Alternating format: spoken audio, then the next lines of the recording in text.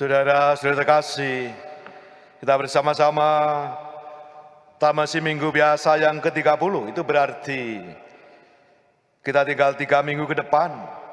Dan setelah itu kita masuki tahun baru liturgi pada minggu Advent yang pertama. Dan kepada kita semua diajak untuk minggu-minggu ke depan ini untuk merefleksikan diri kita, segala bentuk praktek-praktek kehidupan kita sebagai seorang pengikut Yesus yang juga dalam kategori umum masyarakat orang-orang beragama. Apakah praktek-praktek hidup kita itu sungguh-sungguh telah menunjukkan bahwa kita menghayatinya secara benar, atau kita justru tergoda dan terjebak dalam perilaku yang merasa diri sudah baik dan lalu mulai mencari-cari kesalahan orang, bahkan merendahkan orang.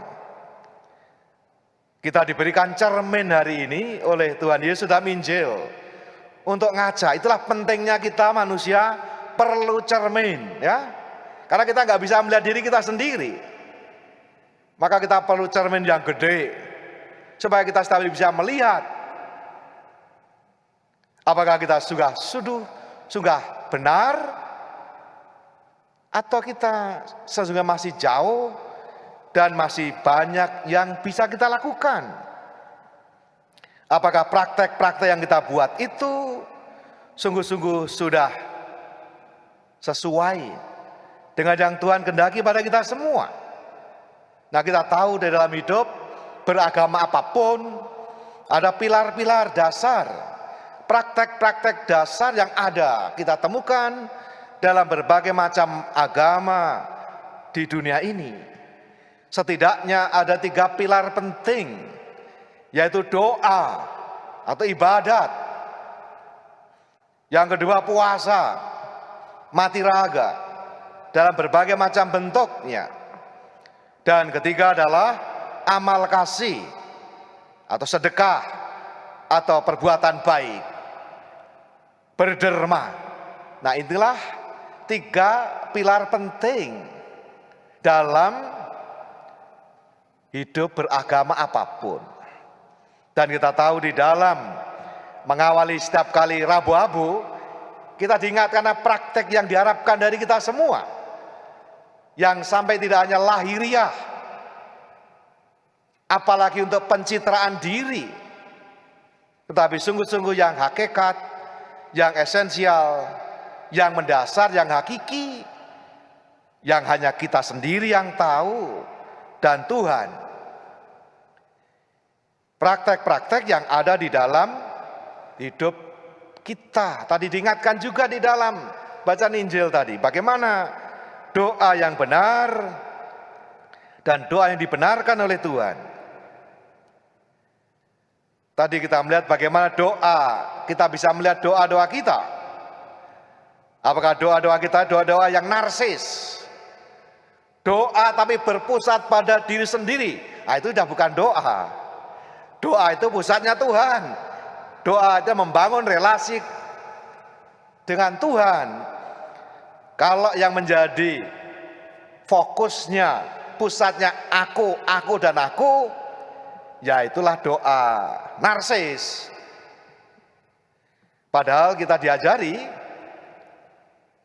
untuk menjadikan doa sebagai pusatnya adalah Tuhan. Itulah yang kita dapatkan dari Yesus yang mengajari kita dalam doa Bapa kami, sebagai model doa kita orang Kristiani. Dimuliakanlah namamu, nama Tuhan, bukan nama kita masing-masing. Datanglah kerajaanmu, bukan kerajaan kita masing-masing. Jadilah kehendakmu, kehendak Tuhan, dan bukan kehendak kita. Baru setelah itu kita minta untuk kepentingan kita masing-masing dan pribadi. Berilah kami rezeki, pengampunan, dan dijauhkan dari berbagai macam yang jahat dan pencobaan. Nah, maka Kalau doa yang menjadi pusatnya adalah aku, maka doa kita pasti keliru. Kita diajak untuk mengoreksi, bercermin apakah praktek doa kita sungguh-sungguh sudah benar atau tidak. Sementara yang satunya tadi digambarkan, orang yang dalam kerendahan hati mengakui diri sebagai orang yang berdosa di hadapan Tuhan, mohon belas kasih-Nya dan menjadikan Tuhan sebagai pusat hidupnya. Ya Allah, kasihanilah aku, orang berdosa ini. Maka kita diingatkan perlu cermin yang gede, ya, supaya selalu sadar dan ingat. Ya, kalau orang Jawa punya ungkapan menarik, ngilo gitoe, ya, karena kita nggak mungkin bisa melihat belakang kepala kita, maka kita butuh cermin. Dan dikatakan merasa diri, ya, ini penting. Merasa diri benar, baik. Nah, merasa itu berarti buka belum. Orang yang super kaya, raya, tajir melintir, sultan begitu ya, kalem-kalem aja. Tapi yang baru OKB gitu ya, lagaknya seperti seolah yang paling kaya. Kalau orang yang cantik banget itu ya kalem-kalem aja. Tapi orang-orang yang merasa cantik ya biasanya banyak gayanya itu ya. Sama. Orang pintar beneran itu biasanya juga kalem seperti ilmu padi. Semakin berisi semakin menunduk. Tapi orang sok pintara itu lagaknya pasti sungguh-sungguh luar biasa. Itu yang membedakan. Maka kita jangan-jangan kita juga sok-sokan merasa, ya, merasa. Jadi merasa itu belum tentu betul. Maka orang Jawa juga punya ungkapan iso rumongso, kalau rumongso iso. Nah, itu merasa bila itu rumongso iso. Tapi kalau iso rumongso itu dari tahu diri. Bedanya begitu. Maka kita diajak untuk sungguh menyembah Allah dalam roh dan kebenaran, sebagai penyembah-penyembah Allah yang sejati, yang mesti diuji dalam 3 benar.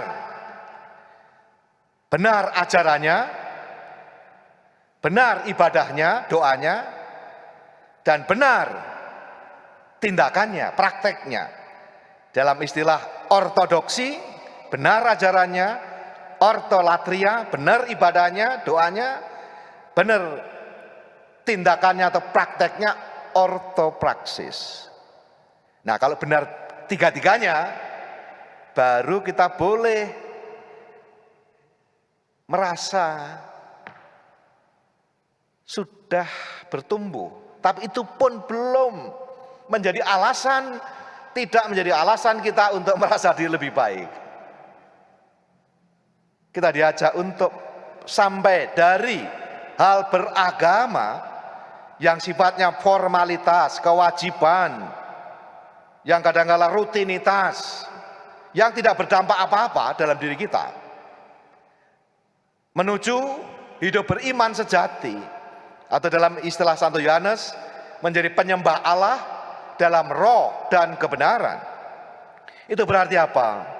Melalui berbagai macam praktek-praktek beragama tadi, berdoa, ibadah, puasa, pantang, mati raga, dan amal kasih, derma, dan tindakan-tindakan kebaikan lain, kita diantar menjadi orang yang mengalami perjumpaan pribadi dengan Yesus, yang membuat hidup kita selalu diperbarui, tidak pernah merasa diri sudah baik, selalu merefleksi diri, bercermin diri, jangan-jangan masih ada yang perlu kita perbaiki terus-menerus.